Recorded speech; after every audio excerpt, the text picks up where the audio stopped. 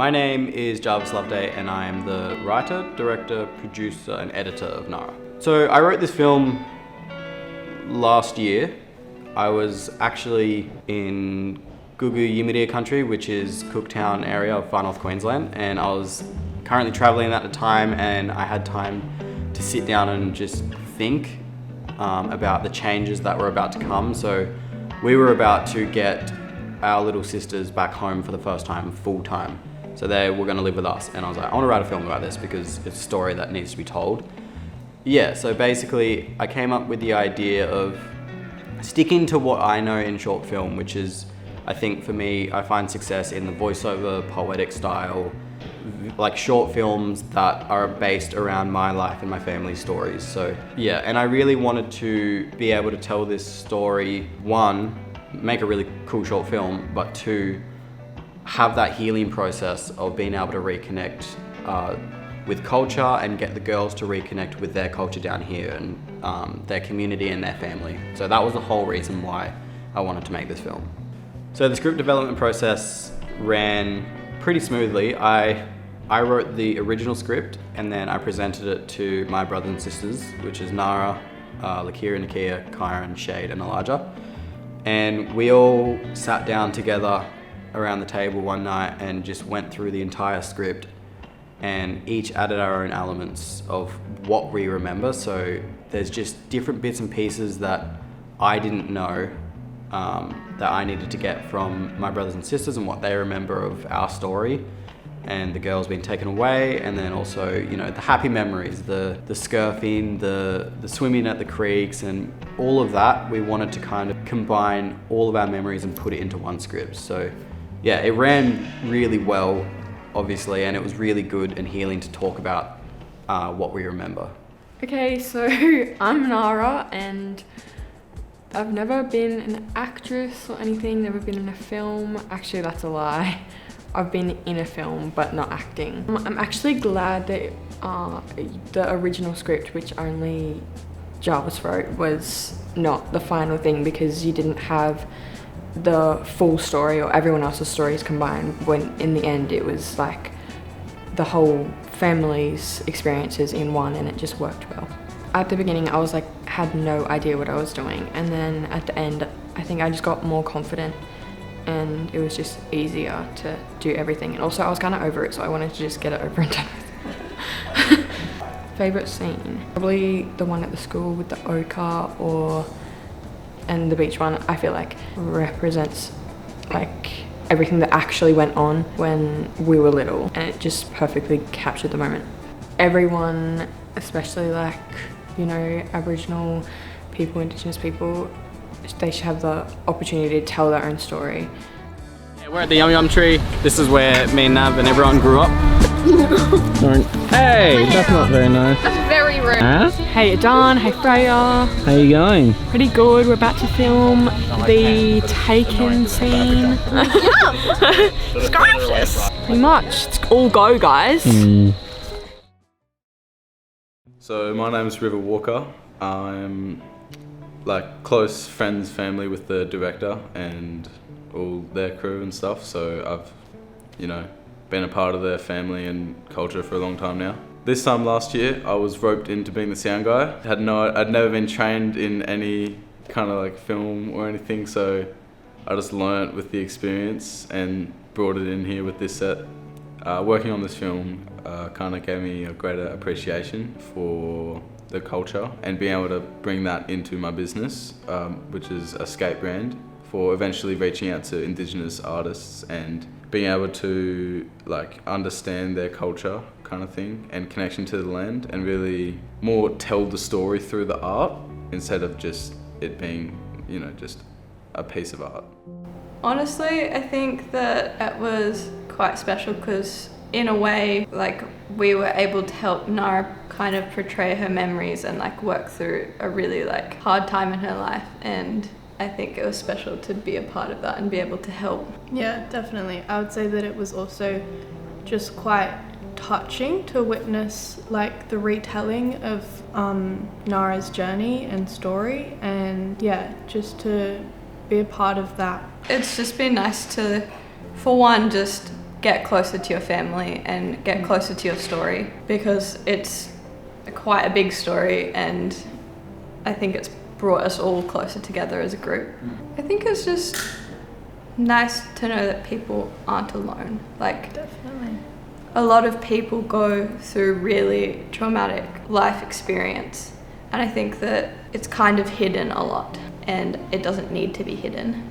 It was also really nice when we shot the scene of Nara with the fire, and that was really beautiful to just like do an acknowledgement of country and yeah, to connect a bit more to where we actually are.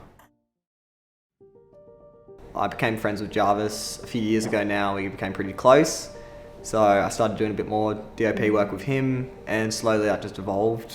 Here we are, working on Nara, second film with Something Deadly Productions. So this was my second time working on a pretty personal film involving an Indigenous story, relating directly to the director, Jarvis. But this one was even more kind of emotional than the last one, I think. It had a lot of feeling, and it was just, you could kind of feel the reverence on the set about how big this story was and how important this was to the whole family and the whole mob.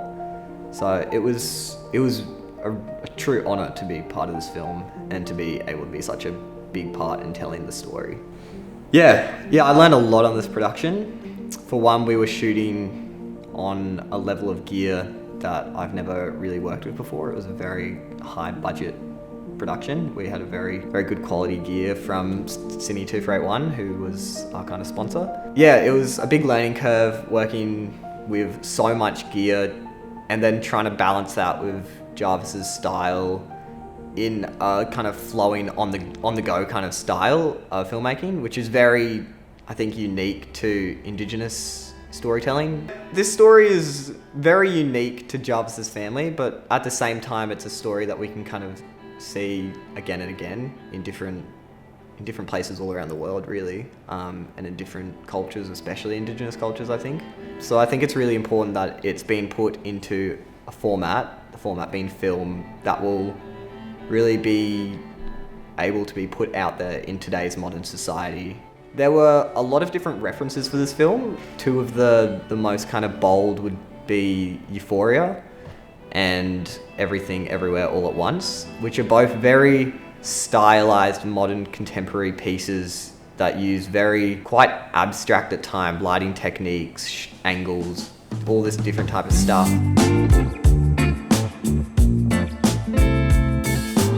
I'm Dylan, and I'm the DP, so I'm in charge of the visuals pretty much, or all the camera stuff. So I work with the grips and the gaffer, and obviously the director, to pretty much create the visual for the film and the shot.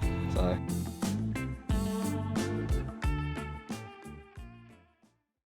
By telling the story through the medium of film, having it be very technical and very modern, it really lends itself to being told to a more modern audience that really needs to hear a story like this. It was really nice because I got to teach a lot of the crew just like little intricate things from a normal film set, like setting up C-stands and stuff like that. But I also learnt a lot from the storytellers behind this film and the First Nations story that we are telling.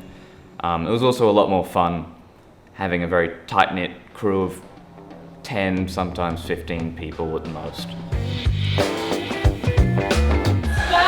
This is the coolest scene. It's like the most creative and the most out there kind of scene. Basically, we got the apertures, we're gonna make it look like daytime. This is the panic attack scene where Nara walks into the bathroom and has a panic attack. And we're replicating that in the lights with colors and craziness. So my name is Lorien S. Danger. I am the gaffer for Nara.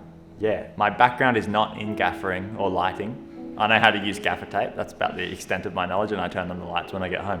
But Jarvis got me to help out on this film, and I learnt a lot of stuff during the process. I've worked with Jarvis many times before, but this is more of a film that is very personal to him as opposed to some of the student work he did, which was pretty shit.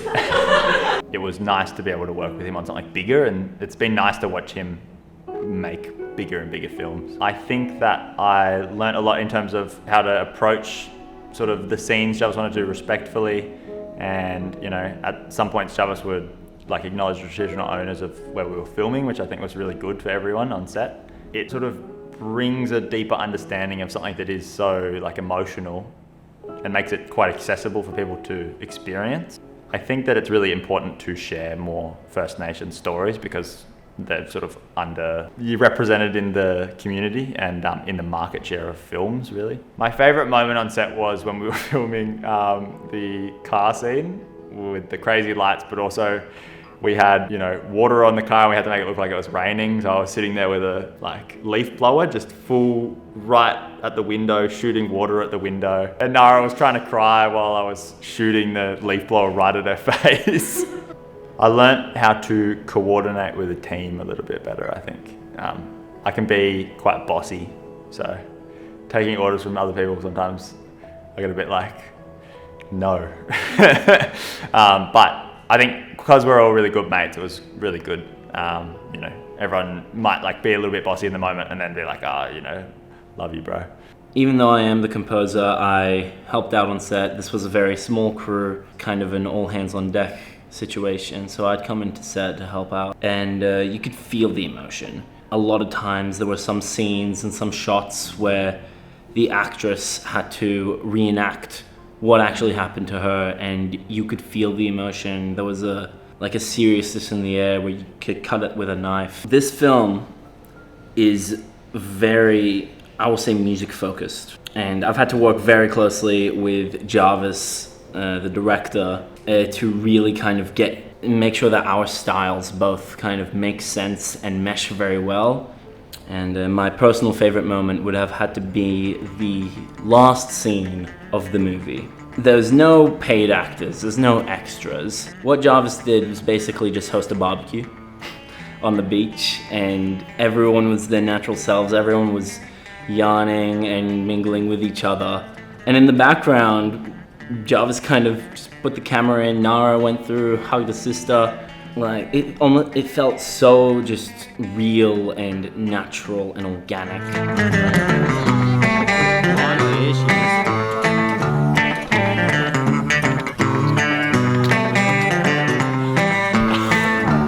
Oh shit. Madagascar. Word. Chicken. Grass. Oh, you're so random here. We're finished. We did the ochre scene today, and then we did the car, and then we just did Dead in the Night, where Nahra stands in the middle of the street. Done. Ochre went. Mwah. That was such a good shot. That's all the night stuff done. And now we've just got some beach stuff tomorrow, and then we're going to do some surfing, and then we're going to do some interviews with everyone, which. Yeah, We'll be like this. Yeah. You'll be watching the interviews, so yeah. Okay. I want to be able to go and showcase how we made this film and how it allowed me, Nahra, and all of our family and friends to indulge in our culture and be able to teach you guys the protocols of working with First Nations Indigenous stories and stuff like that. So I hope that this film showcases that Aboriginal culture isn't just an ancient culture, it's living and breathing right here, right now. And we are a part of this society and our stories are a part of this society just as much as everyone else. My favorite moment would be so when we were shooting the first shot of the film, we had a big chat on top of the hill where we have 14 different people's ideas coming in and I can't focus on it. And then we found our structure and everyone communicated. And then we got the shot that we needed to get and it just ran so smoothly. And then everyone was dancing whilst we were packing up and it was like that last light and it was just perfect. That for me was my favorite moment. That was definitely the funniest thing that ever happened for sure. We had the camera set up and this guy literally saw us, stared straight at us and just walked into frame, into the waterfall, took off all his clothes and was just staring at us completely naked. And we were like, what the hell is going on here? I'm really wanting to start Something Deadly to become an actual First Nations production company where we produce a lot of content.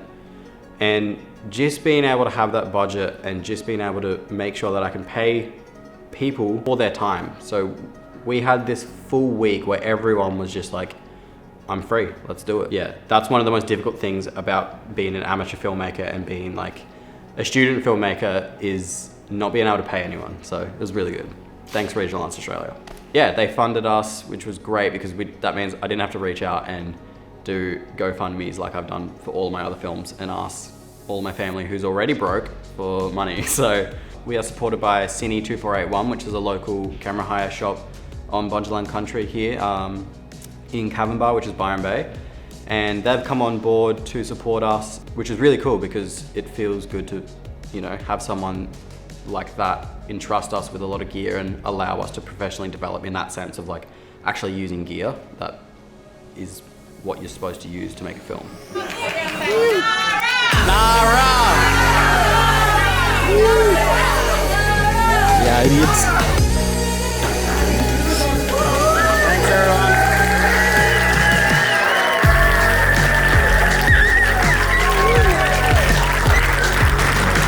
On the movie were pretty strong.